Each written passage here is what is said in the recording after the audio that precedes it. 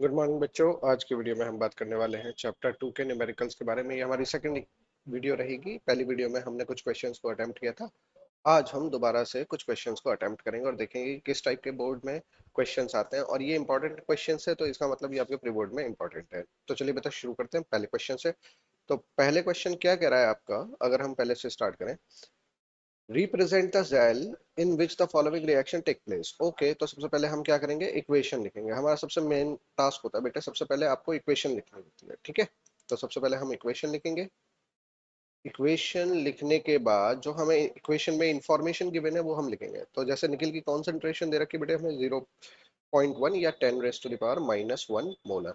इसी तरीके से एल्यूमिनियम की देखें तो 10⁻⁻2 मोलर हमें यहाँ पे कॉन्सेंट्रेशन एल्यूमिनियम की गिवन है। Now find out the number of electron used in this reaction. तो देखेंगे यहाँ पे एल्यूमिनियम 0 से कितने पे गया, 3 पे गया। और कितने एल्यूमिनियम है, 2, तो एन की वैल्यू हो गई बेटे यार 6। इसी तरीके से अगर मैं यहाँ निकिल के लिए निकालूं तो निकिल मेरा 2 से 0 पर आ रहा है, और जबकि 3 है तो 3 दूनी 6, एन इक्वल्स टू 6। तो नंबर ऑफ इलेक्ट्रॉन इसमें यूज हुए बेटे 6। ये हमें पता चल गया। नाउ रिप्रेजेंट द सेल, इसने कहा है okay calculate its EMF. Okay, E not cell हमें गिवन है, that will be equals to 1.41 volt. तो ये हमें गिवन है और हमसे कहा जा रहा है ई सेल फाइंड आउट करो। तो बेटे हम इसमें सबसे पहले, क्योंकि इक्वेशन हमें पता है, तो हम यहाँ से के निकाल लेंगे, इक्विलिब्रियम कांस्टेंट।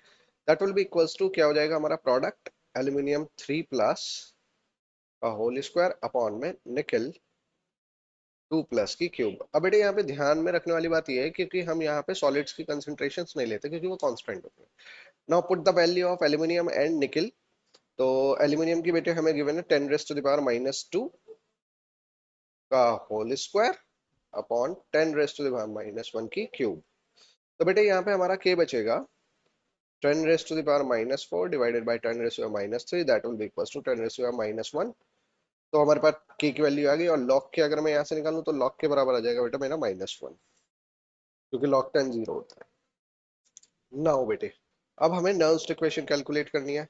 तो देखिए बेटे ई सेल निकालेंगे हम। ई सेल इक्वल्स टू क्या होगा, E not cell minus 0.06 by N log K. E not value हमें गिवन है बेटा 1.41 minus 0.06 divided by number of electron 6 है, और लॉग के की वैल्यू हमने निकाली -1। तो बेटे आ जाएगा 1.41 plus 0.01, that will be equals to 1.42 volt. ये हमारा ई सेल कैलकुलेट होकर के हमारे पास आ गया। ओके बेटे, तो हमें समझ में आया कि हमने ई नॉट सेल कैसे निकालना होता है और ई सेल हमने कैसे निकालना होता है। ई सेल पूछा गया था तो हमने नर्स्ट इक्वेशन लगा के ई सेल को कैलकुलेट कर लिया। Now move to the second question.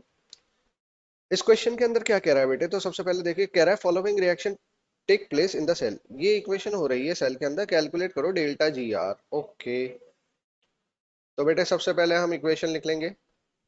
Zinc plus Ag2O plus H2O tends to Zn2 plus 2Ag plus OH minus. अब बेटे यहाँ से हमें ऑक्सीडेशन और रिडक्शन फाइंड आउट करना है। तो देखो बेटे यहाँ जिंक की 0 है और 2 है।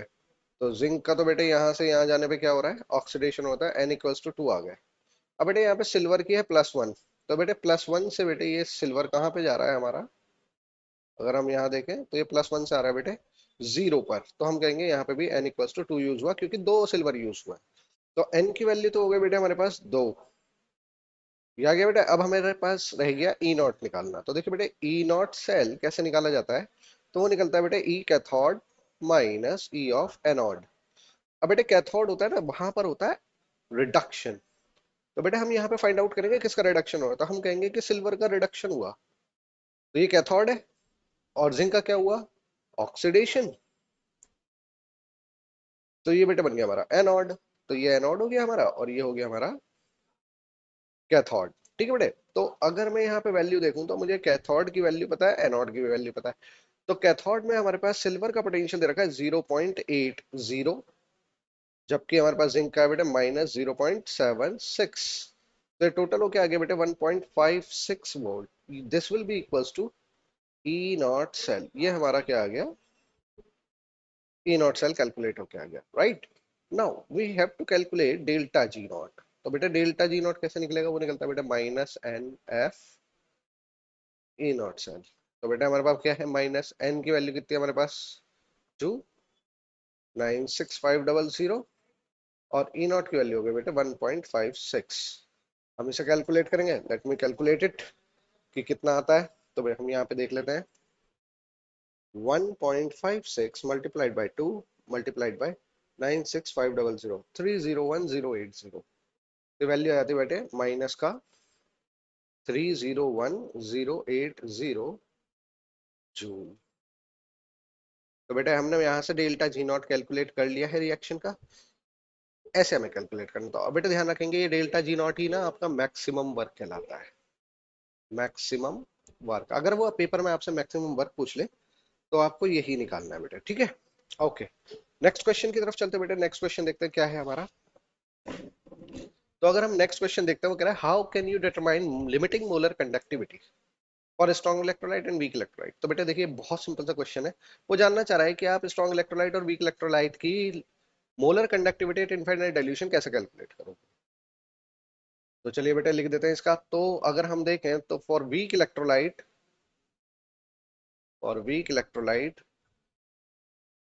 We use Kohlrausch law.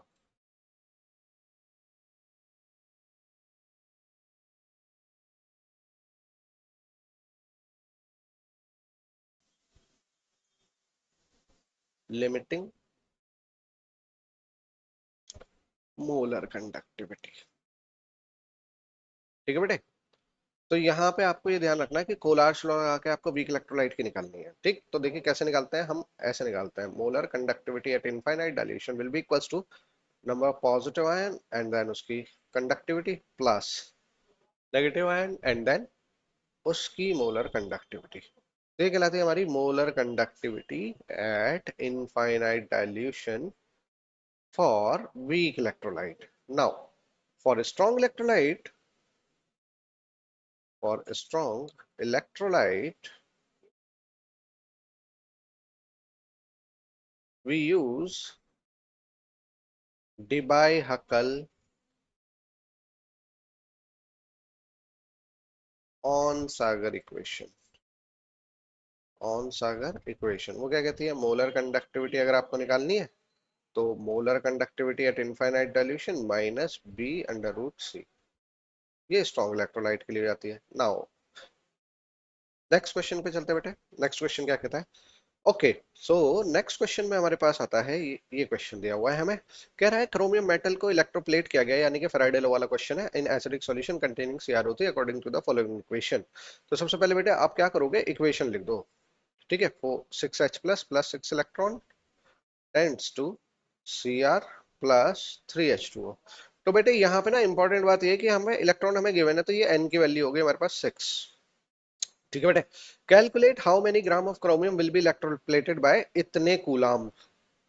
Okay, ठीक है। तो देखो बेटे यहाँ से पहला क्वेश्चन ये आ गया। दूसरा क्वेश्चन ये कह रहा है how long will it take to electroplate 1.5 gram chromium using 12.5 ampere current. Okay, सबसे पहले हम पहले इक्वेशन को सॉल्व करते हैं। कहता है कितने ग्राम क्रोमियम इलेक्ट्रोप्लेट होगा अगर मैं 24,000 कूलाम का यूज करूं। तो आ जाओ बेटे पहले इक्वेशन से, फ्रॉम इक्वेशन से निकालते हैं। From equation 6 electron used to deposit 1 chromium, जो हमें इक्वेशन से दिखाई दे रहा है 6 इलेक्ट्रॉन ने एक क्रोमियम को डिपॉजिट किया है। तो बेटे यहां पे आ जाते हैं। तो अगर मैं कहूं 6 मोल इलेक्ट्रॉन यूज्ड, अगर 6 मोल इलेक्ट्रॉन यूज्ड होंगे क्रोमियम टू डिपॉजिट क्रोमियम, तो कितना होगा बेटे, 1 मोल क्रोमियम डिपॉजिट हो जाएगा। और 1 मोल क्रोमियम का अगर मैं वेट की बात करूं तो बेटे 52 यानी 52 ग्राम पर मोल हमारा क्रोमियम डिपॉजिट होगा, कितने से, 6 इंटू 96500 कूलाम से। इतना चार्ज अगर डिपॉजिट कराएगा तो 52 ग्राम करा सकता है। तो 24,000 कूलाम कितना डिपॉजिट कराएगा बेटे, तो इसको x मान लो, कर दो बेटे 6 इंटू में 96500, डिवाइड कर दो दोनों को, 24,000 इज इक्वल टू 52/x। तो बेटे अगर मैं यहाँ से काटूं तो ये तो दो जीरो से दो जीरो खत्म, 6 चौक 24, 40 आ गया नीचे। तो यहाँ से अगर हम कैलकुलेट करते बेटे तो x बराबर आता है मेरा 52 × 40 डिवाइडेड बाय 965। तो इसको सॉल्व करते बेटे, अभी इसको हम सॉल्व करते हैं तो ये आता है आपका, just a minute, where is the calculator.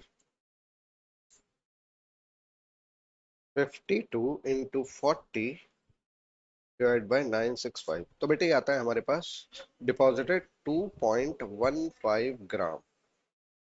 इतना बेटे डिपॉजिट हो जाएगा। ये पहला क्वेश्चन का आंसर हो गया हमारा। ठीक है बेटे।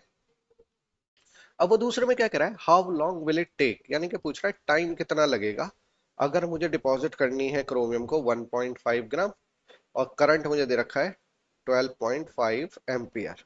तो टाइम निकालना है तो बेटा हमें क्या पता है, m इज इक्वल टू क्या होता है, ZIT, और Z हमें पता है मोलर मास अपॉन में अल्फा 96500 I इंटू में T, और ये हो जाएगा बेटा M। तो M की वैल्यू हमें दे रखी है 1.5 मोलर मास। तो बेटे मोलर मास क्रोमियम डिपॉजिट हो रहा है तो वो है उसका है 52 डिवाइड बाय अल्फा। बेटे अल्फा यूज हुआ है यहाँ पे 6, ठीक है, 96500 12.5 इंटू में टी। और अगर मैं यहाँ से टाइम कैलकुलेट करूँ तो बेटे ये आता है 1.5 multiplied by 6 multiplied by 96500 divided by 12.5 divided by 52। तो बेटे आता है 1336। Time is equal to 1336 second. तो बेटा हमसे उसने दो चीजें पूछी थी, हमने यहाँ पे दोनों चीजें कैलकुलेट कर ली। Now move to the next question. Is the next question, या नेक्स्ट क्वेश्चन की तरफ चलते हैं। तो वो क्या कहता है बेटे, फॉलोइंग रिएक्शन में occur at cathode and anode during electrolysis of aqueous sodium chloride. Okay, ठीक है बेटे।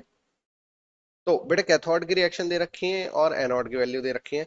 तो वो पूछ रहा है आपसे कि बताइएगा कि भाई कौन सी रिएक्शन कैथोड पे होगी, कौन सी रिएक्शन एनोड पे होगी। तो बेटे सबसे पहले ना हम यहाँ पे पोटेंशियल को एनालाइज कर लेते हैं। तो बेटे देखो, ये कैथोड में है ना, कैथोड में इसका जो पोटेंशियल है ये रिडक्शन पोटेंशियल है, ये रिडक्शन रिएक्शन है। सबसे पहले ये देखो, ये भी रिडक्शन रिएक्शन है। तो दोनों रिडक्शन रिएक्शन में ये वैल्यू जो है ये हाई आ रही है। तो इसका मतलब हाइड्रोजन लिबरेट करेगी, लिबरेट एट कैथोड, क्योंकि जिस पोटेंशियल की वैल्यू जितनी ज्यादा होगी वही प्रोसेस होता है। अच्छा, अब अगर एनोड की बात करूं तो बेटे ये आपका ऑक्सीडेशन रिएक्शन है, और ये भी बेटे आपकी ऑक्सीडेशन रिएक्शन है। ये ऑक्सीडेशन रिएक्शन है तो ये भी आपकी ऑक्सीडेशन है। तो बेटे ये पोटेंशियल जो है ना, ये पोटेंशियल भी आपका कौन सा है, ऑक्सीडेशन पोटेंशियल है। तो अगर ऑक्सीडेशन पोटेंशियल की बात करें तो हाइयर ऑक्सीडेशन पोटेंशियल क्लोरीन का, इसका मतलब इसकी हाई वैल्यू है, यही आपका लिबरेट होगा। हाई वैल्यू है तो इसका मतलब क्लोरीन लिबरेट होगी, liberate at anode. Hydrogen liberate नहीं होगी। अब इसके बेटे दो रीजन और हैं, मतलब एक तो मैंने आपको ईएमएफ के पोटेंशियल के बेसिस पे कहा है उसने निकालने के लिए, तो ईएमएफ के बेसिस पे हम आपको बता रहे हैं। तो बेटे ईएमएफ के बेसिस पे आप लिखोगे क्या, एट एनोड, या पहले एट कैथोड लिख लेते हैं। At cathode E not hydrogen is higher than E naught of chlorine. So hydrogen will liberate at cathode. At anode, अब एनोड के बारे में लिख दो बेटे। तो एनोड के बारे में क्या लिखेंगे, the oxidation potential of chlorine is higher than oxygen, so chlorine will be liberated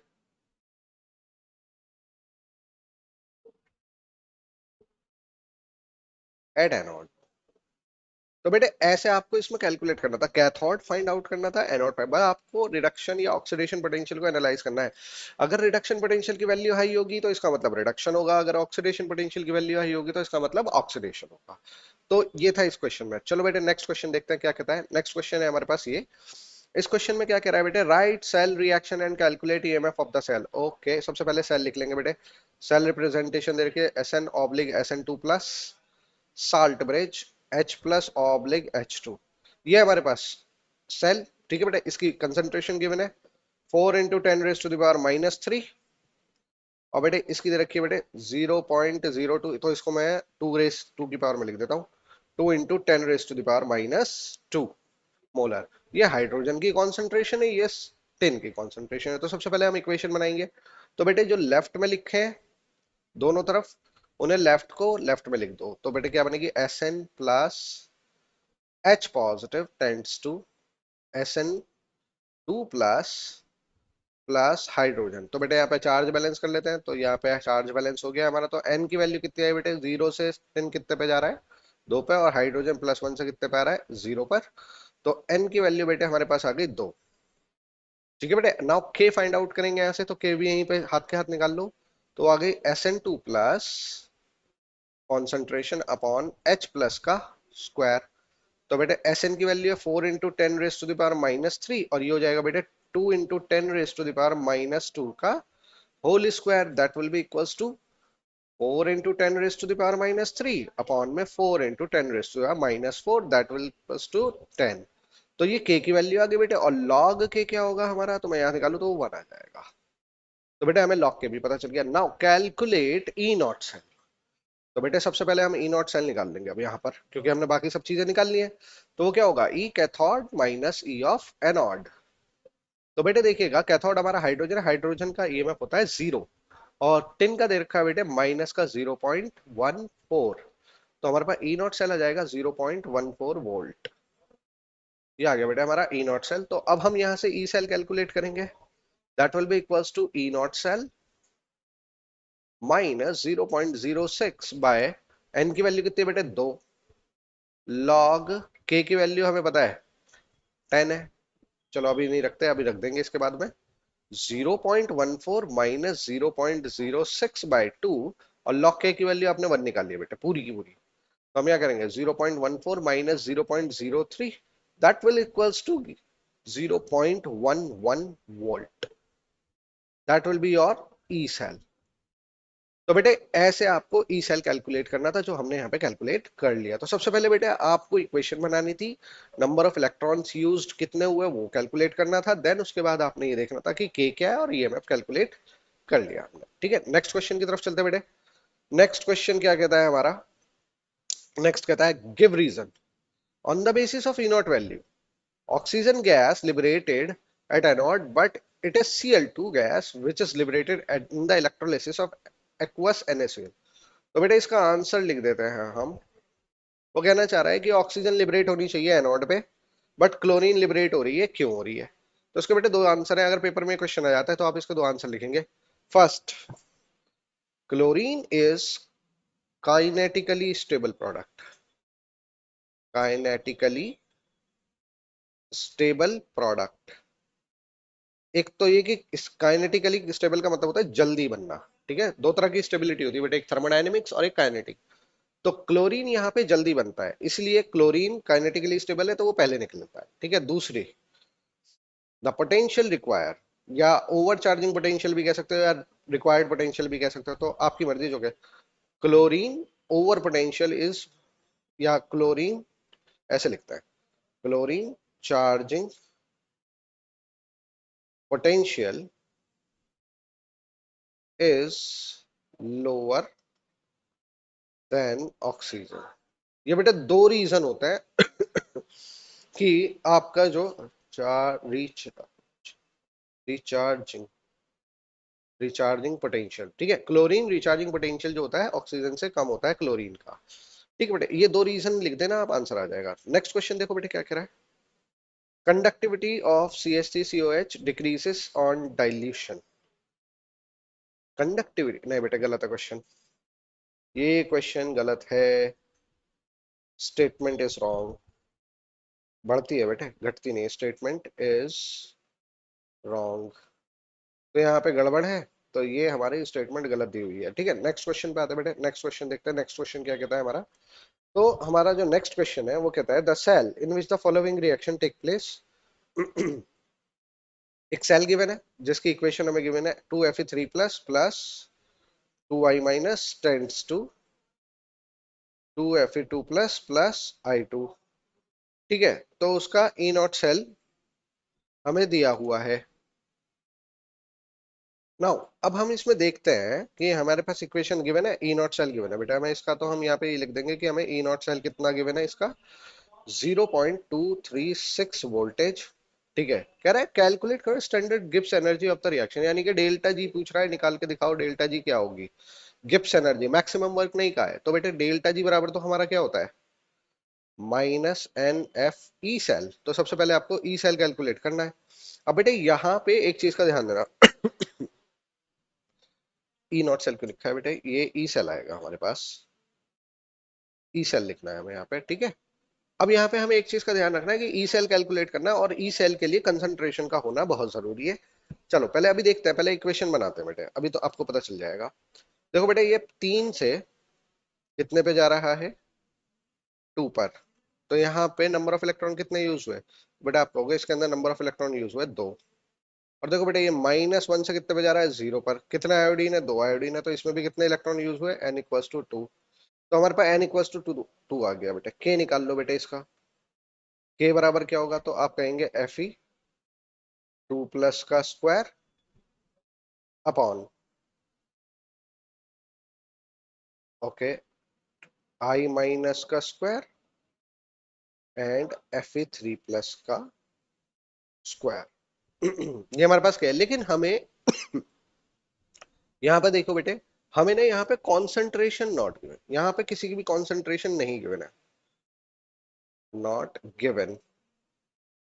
सो हम क्या करेंगे, मान लेंगे, so assume concentration of each species is 1 molar.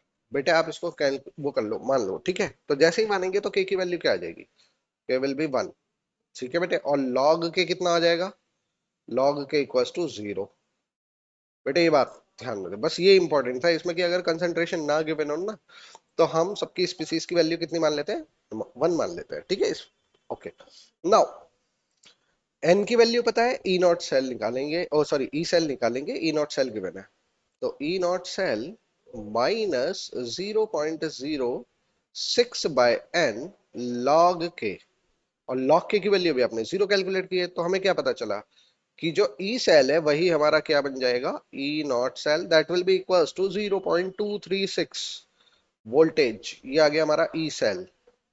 तो बेटे इस सिचुएशन में हम डेल्टा जी कैलकुलेट कर सकते हैं, that will be equals to -2 into में 96500 इंटू में 0.23 एंड 6। ठीक है, तो बेटे इसे कैलकुलेट करते हैं, तो बताते हैं कितना आता है बेटे, 2 मल्टीप्लाइड बाई 96500 इंटू में 0.236, 45,548 जूल। ये हमारा आंसर आ जाता है बेटे। क्लियर बेटे, तो पता चल गया आपको कि क्वेश्चन को कैसे सॉल्व करना है। नाउ नेक्स्ट क्वेश्चन की तरफ चलते हैं बेटे। नेक्स्ट क्वेश्चन क्या कहता है हमारा, कह रहा है, सॉल्यूशन लिख लेते हैं बेटे सबसे पहले। How many electron flow through a metallic wire, how many electrons, यानी एन की वैल्यू पूछ रहा है कितने इलेक्ट्रॉन्स निकलेंगे अगर एक मेटेलिक वायर में से, अगर करंट आई की वैल्यू दे रखी है बेटे 0.5 ampere is pass for 2 hours, 2 into में 60 इंटू में 60। ठीक है, तो हम यहाँ से, हमें फैराडे की वैल्यू दे रखी है, ओके। तो हमें यहाँ से इलेक्ट्रॉन्स का फ्लो करना है, फ्लो देखना है। तो बेटे आई बराबर क्या होता है हमारा, क्यू बाई टी, और क्यू बराबर क्या होता है बेटे हमारा, एन ई के। तो हमें एन निकालना है, ई की वैल्यू हमें पता है, ई बराबर कितना होता है बेटे 1.6 into 10⁻⁻19 coulomb. Now put the value of Q here n into में E by T. So n will equals to I into में T by E. So current दे रखा है 0.5, 2 into 60 into 60 divided by 1.6 into 10 raised to minus 19। तो बेटे n की value कितनी आएगी, देखो बेटे 0.5 से तो 2 ही खत्म हो गया ये। ठीक है, 3600 divided by 1.6, 10 raise to the power 19। अगर हम इसको सॉल्व कर देते हैं तो बेटे ये कितना आता है, 3600 divided by 1.6, 2250, 2250 into 10 raise to power 19 और 2.25 लिख दूं इसे तो बेटे यहाँ पे आ जाएगा मेरा 1 2 3, 3 पॉइंट आगे चलाएं, 10 की पावर 22 इलेक्ट्रॉन्स। तो बेटे इतने इलेक्ट्रॉन्स हमारे मूव किए, खत्म बेटे। ठीक है, नेक्स्ट क्वेश्चन की तरफ चलते बेटे। नेक्स्ट क्वेश्चन क्या कहता है, ओके इसको भी लिख देते हैं बेटे। क्या कह रहा है, write the name of the cell used in inverter. तो बेटे इन्वर्टर के अंदर कौन सा सेल यूज होता है, तो इन्वर्टर की अगर हम बात करें तो बेटे इन्वर्टर में होता है लेड स्टोरेज बैटरी का यूज।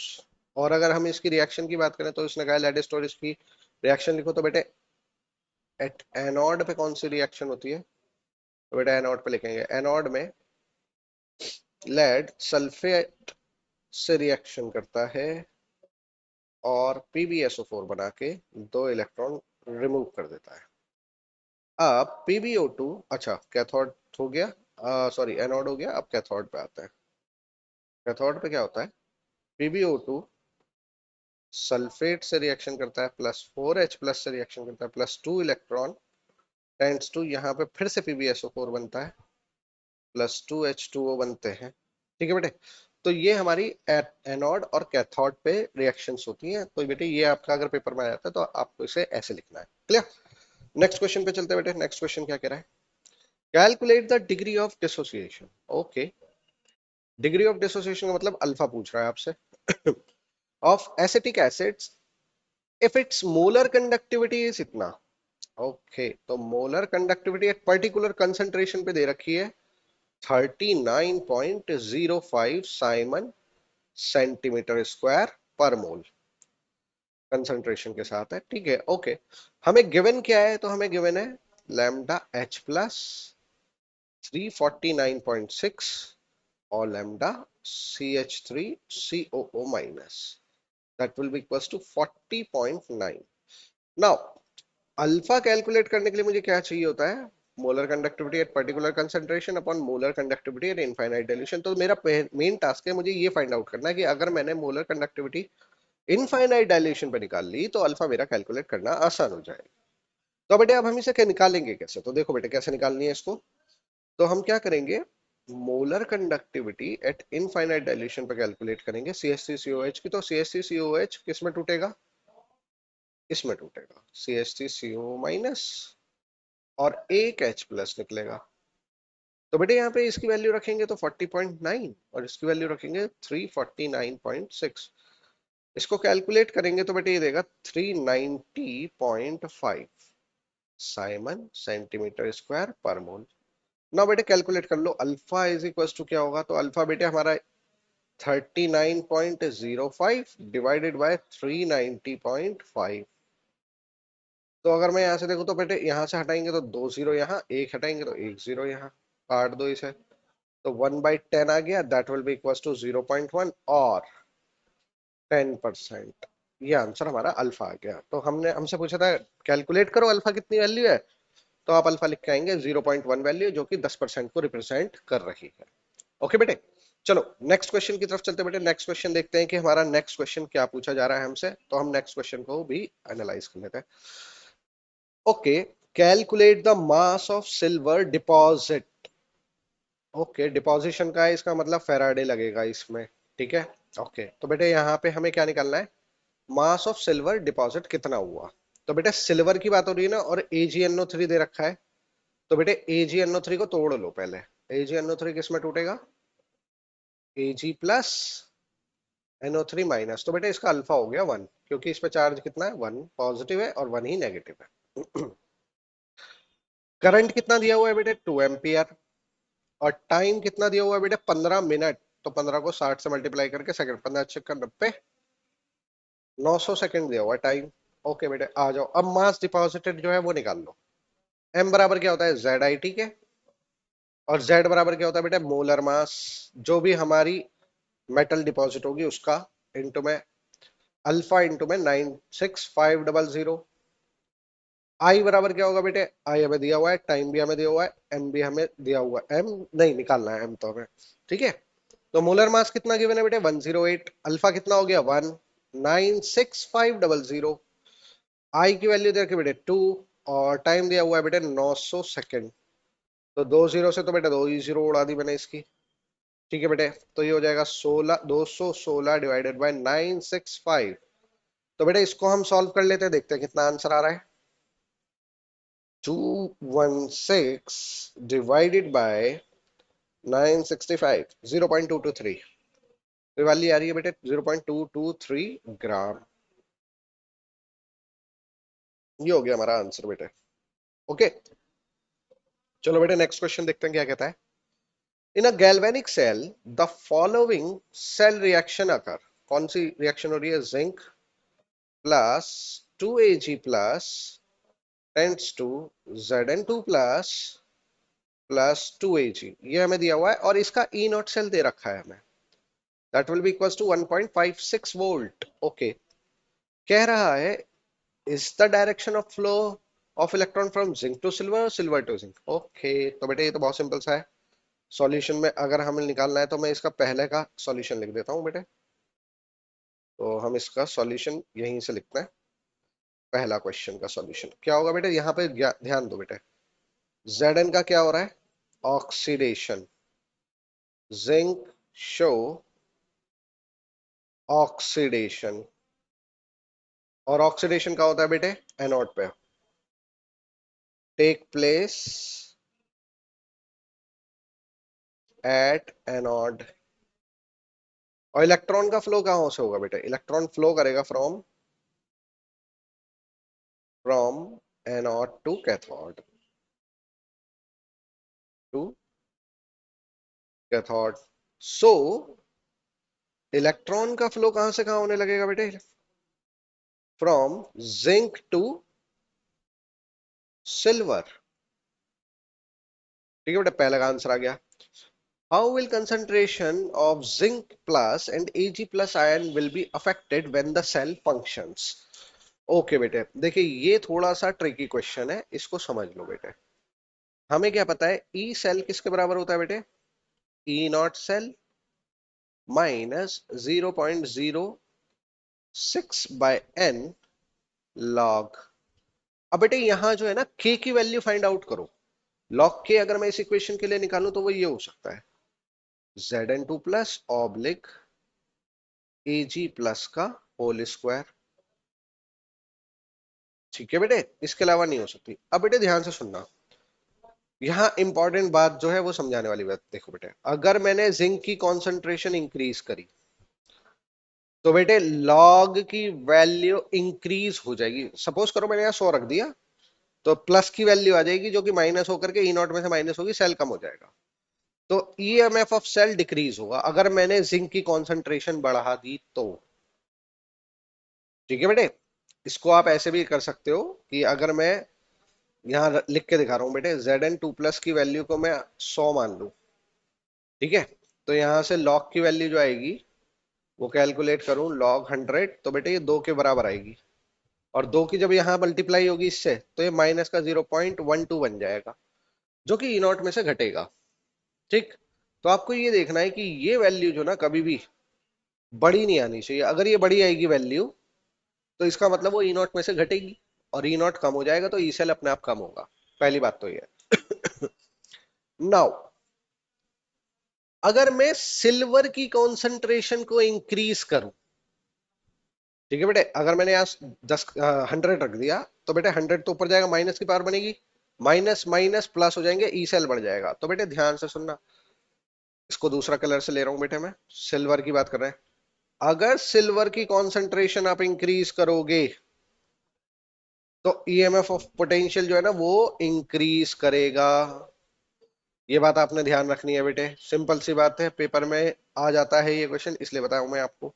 तो बेटे ध्यान से सुनना, जिंक और सिल्वर दोनों की कॉन्सेंट्रेशन की बात कर रहे हैं। जिंक कॉन्सेंट्रेशन इंक्रीज करोगे ईएमएफ ऑफ सेल डिक्रीज होगा, कॉन्सेंट्रेशन इंक्रीज करोगे तो ईएमएफ ऑफ सेल इंक्रीज होगा। इतनी सी बात है बेटे, ये लिखनी है बस आपको। ठीक है, तो ये है हमारा जो आंसर था नेक्स्ट क्वेश्चन का। नाउ नेक्स्ट क्वेश्चन चलते हैं बेटे। जो हमारा नेक्स्ट क्वेश्चन अलग से दिया हुआ है, क्या कह रहा है? The electrical resistance of a column of molarity given है। तो सॉल्यूशन लिख दो बेटे। मोलैरिटी कितनी गिवन है? 0.05 molar KOH। Okay, solution in a diameter of, diameter दे रखा है बेटे हमें t बराबर 1 सेंटीमीटर। तो रेडियस आ गए बेटे 0.5 सेंटीमीटर। ठीक है, और लेंथ कितनी दे रखी है? 45.5 सेंटीमीटर। और ओम रेजिस्टेंस दे रखा है 4.55 इंटू में 10⁻³ ओम। कह रहा है मोलर कंडक्टिविटी निकालो। तो वो क्या होती है बेटे? 1/r इंटू में L/A इंटू में 1000/m। ठीक है बेटे, हमें क्या क्या पता है? हमें एरिया नहीं पता, तो पहले एरिया निकाल लो बेटे। ए बराबर क्या होगा? πr², यानी 3.14 इंटू में हाफ इंटू में हाफ। तो बेटे इसको कैलकुलेट करते हैं जरा। 3.14 इंटू में 0.5 इंटू में 0.5, 0.785 आ गया। 785 centimetre square. Now put the value of molar conductivity. 1/r equals to 4.55 into 10⁻³ L की वैल्यू हमें कितनी दे रखी है? 45.5। ए की वैल्यू हमें कितनी दे रखी है बेटा? 0.785। और क्या बेटा? 1000 दिया हुआ है। और मोलैरिटी कितनी की है? 0.05। तो बेटा 1000 से तो 1000 ही उड़ा दो यहाँ पे। अब इसको सॉल्व कर लेते हैं बेटे। तो इसको सॉल्व मैं करता हूं, तो ये आ जाएगी वैल्यू बेटे। निकालते हैं हम इसकी value. 45.5 divided by 4.55, 10 divided by 0.785, 10 divided by 785 divided by 0.05, 0.254 आ गई बेटे इसकी वैल्यू। 0.254 साइमन सेंटीमीटर स्क्वायर पर मोल। ये आ गई हमारी मोलर कंडक्टिविटी। ओके बेटे, तो हमें इस क्वेश्चन को ऐसे सॉल्व करना था। नाउ नेक्स्ट क्वेश्चन की तरफ चलते हैं बेटे। नेक्स्ट क्वेश्चन क्या कहता है हमारा? तो नेक्स्ट क्वेश्चन की तरफ जाते हैं। तो कह रहा है calculate E not cell for the following reaction. तो सबसे पहले हम क्या करेंगे बेटे? रिएक्शन लिख दो। 2 aluminium plus 3Cu2 plus tends to 2 aluminium plus 3Cu। तो बेटे एल्यूमिनियम की कंसेंट्रेशन और कॉपर की दोनों लिख दो। 10⁻⁻², 10⁻⁻²। तो बेटे पहला काम आप क्या करोगे? इसके अंदर नंबर ऑफ इलेक्ट्रॉन्स कैलकुलेट करो। तो ये 0 से कितने पे जा रहा है बेटे? 3 पे, लेकिन है एल्यूमिनियम कितने? 2, तो n=6 आ गया। ये 2 से कितने पे जा रहा है बेटे? अगर आप यहाँ ध्यान दोगे तो ये 2 से आ रहा है 0 पर, और कितने? 3 है ना, तो n बराबर 6 हो गया। तो n की वैल्यू तो आ गई बेटे 6। k की वैल्यू कैलकुलेट कर लो। तो क्या क्या होगा? एल्यूमिनियम 3+ का whole square divided by copper 2+ की cube. Now put the value. Aluminium की कितनी दे रखी है बेटे? एल्यूमिनियम की 10⁻⁻² का स्क्वायर अपॉन में 10⁻⁻² की cube. That will equals to 10⁻⁻4, 10⁻⁻6। तो अगर हम यहाँ से कैलकुलेट करते हैं तो k बराबर आ जाता है बेटे 10⁻²। और log के बराबर आएगा बेटे, अगर हम यहाँ से log के निकालें तो वो आ गई वैल्यू 2। ठीक है बेटे। नाउ ई सेल हमें गिवन है। ई सेल कितना गिवन है बेटे हमें? 1.98। अब निकाल लेते हैं बेटे यहाँ से हम। तो हमें ये क्या बताया? नॉन इक्वेशन यूज करेंगे। E cell equals to E not cell minus 0.06 by n log के। नाउ बेटे पुट द वैल्यू। 1.98 ये निकालना है। तो ये हो जाएगा 0.06 बाय n की वैल्यू कितनी है? 6, और log k की वैल्यू है 2। तो ये आ जाएगा बेटे x-0.02। 1.98 ये इधर जाएगा बेटे, तो x बराबर आ जाएगा मेरा 2.00 वोल्ट। आंसर बेटे। तो आपने क्वेश्चन देख लिया होगा बेटा कि किस टाइप का क्वेश्चन पूछा गया और हमें किस टाइप से उस क्वेश्चन को सॉल्व करना पड़ा और हमने उस क्वेश्चन को कैसे सॉल्व किया। नाउ नेक्स्ट क्वेश्चन की तरफ चलते हैं बेटा। नेक्स्ट क्वेश्चन अगर हम देखेंगे तो नेक्स्ट क्वेश्चन क्या होगा हमारा, using the E not values of A and B predict which is better for coating the surface of iron. तो बेटा ध्यान से देखिए, बहुत अच्छा क्वेश्चन है, सिंपल सी बात आती है इसके अंदर पूछने में। वो कह रहा है कि आपके पास ना एक मेटल है, लेट्स सी मैं एक मेटल बना लेता हूँ बेटा। ये मेरे पास एक मेटल का ब्लॉक है, ठीक बेटे, ओके। अब इस मेटल के ब्लॉक में क्या कहा जा रहा है कि ये किसका बना हुआ है बेटे, ये आयरन का बना हुआ है, Fe का बना हुआ है, और ये ऑक्सीजन से रिएक्ट करके ऑक्सीडाइज होकर जंग लग रहा है इसमें, जिसका पोटेंशियल मुझे गिवन है बेटे E Fe2 plus oblique Fe। ये दे रखा बेटे माइनस का 0.44 वोल्ट। अब मेरे पास दो ऑप्शन है इसको कोट करने के, एक है मेरे पास A2 पॉजिटिव ऑब्लिग A और एक है मेरे पास B2 पॉजिटिव ऑब्लिग B। तो वो कह रहा है कि किसकी कोटिंग कर रहा है, तो इनका पोटेंशियल दे रखा है बेटे माइनस का 2.37 और इसका दे रखा है बेटे माइनस का 0.14 वोल्ट। अब मुझे इन दोनों पोटेंशियल से फाइंड आउट करना है कि मैं किसकी कोटिंग करूं। तो बेटे ध्यान से सुनना, ऑक्सीजन का हो रहा है ऑक्सीडेशन, मुझे क्या करना है, इसको ऑक्सीडेशन को प्रिवेंट करना है, तो इसका मतलब मुझे यहाँ पे कोटिंग करनी है। अब मुझे कोटिंग करनी किसकी, ये इंपॉर्टेंट है, इसके बारे में सोचो कि मुझे यहाँ पर ऑक्सीजन से इसे कोट, मतलब ऑक्सीडाइज होने से बचाना है, ऑक्सीजन से रिएक्शन होने से बचाना है मुझे इसको। तो मुझे इसकी किसकी कोटिंग करनी पड़ेगी, ये क्वेश्चन है। तो अब बेटे इसकी कोटिंग से समझने के लिए आप ये ध्यान दीजिए कि आपको इस तरह की कोटिंग करनी है कि ये जो येलो सरफेस है इसका क्या होना चाहिए, ऑक्सीडेशन होना चाहिए, और इसका क्या होना चाहिए बेटे, इसका होना चाहिए रिडक्शन। अब बेटे इसका रिडक्शन तभी पॉसिबल है जब ऑक्सीडेशन पोटेंशियल किसका ज्यादा हो, इसका ज्यादा हो, और रिडक्शन पोटेंशियल कम हो। तो बेटे यहाँ रिडक्शन पोटेंशियल अगर मैं देखूं तो A2 पॉजिटिव ऑब्लिग A वो कितना दे रखा, -2.37, और आयरन का कितना है बेटे, वो है माइनस का 0.44। तो आप देखोगे कि this value is more negative, बहुत ज्यादा नेगेटिव है और लो है। दैट मीन्स, इसका मतलब क्या, इसका मतलब ये है A will oxidize first, A will oxidize first। तो हम क्या करेंगे, we coat A over metal Fe। ठीक है, तो हम किसको कोट कर देंगे, A को कोट कर देंगे, किसके ऊपर, Fe के ऊपर। तो इसका आंसर क्या लिखेंगे बेटे, तो इसका आंसर देखो बेटे कैसे लिखना है, ऐसे लिखेंगे, since the reduction potential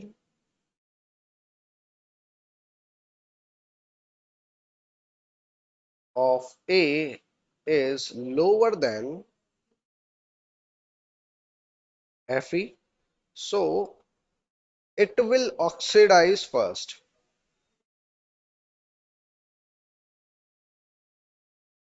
and prevent the oxidation of oxygen. So we will coat A over iron block। तो हम किसकी कोटिंग करेंगे, ए की कोटिंग कर देंगे। तो आई थिंक बच्चों आपको समझ में आ गया होगा कि क्वेश्चन किस टाइप के पेपर में पूछे जाते हैं और हमें उनका आंसर किस तरह से देना है। तो बेटे यहाँ पे ये जो क्वेश्चन था इसमें ब्लॉक के बारे में बात की थी कि किसकी कोटिंग की जाए। बेटे अगर कभी भी आपको डाउट होता हो या आपको ना समझ में आए कि किसकी कोटिंग करनी है तो बेटे ध्यान से सुनना, जिसका रिडक्शन पोटेंशियल सबसे कम होगा उसी की कोटिंग कर देना, क्योंकि वही सबसे पहले ऑक्सीडाइज होगा। ये सबसे अच्छी ट्रिक रहती है। इन ए और बी के अंदर अगर मैं देखूं तो ए का जो पोटेंशियल था ना वो आयरन से बहुत ही ज्यादा नेगेटिव था। इसका मतलब वो चाह रहा था कि मेरा सबसे पहले ऑक्सीडेशन हो, तो मैंने आयरन की कोटिंग ना ए से कर दी। क्लियर होगी बात। तो बेटे इस टाइप के क्वेश्चन जनरली पेपर में पूछे जाते हैं। तो आई थिंक आपको समझ में आ गई होंगी कि क्वेश्चन किस टाइप से करना है। अगर बेटे इसमें भी कोई डाउट होता है तो आप मुझसे कमेंट में पूछ सकते हैं। तो आज के लिए बेटे बस इतना ही था। आज की ये वीडियो यहीं खत्म करते हैं, मिलते हैं अगले वीडियो में। तब तक के लिए टाटा बाय बाय, करते रहो प्रैक्टिस बेटे। पेपर में अच्छे मार्क्स लाने हैं तो प्रैक्टिस मस्ट है, ठीक है। ओके बेटे।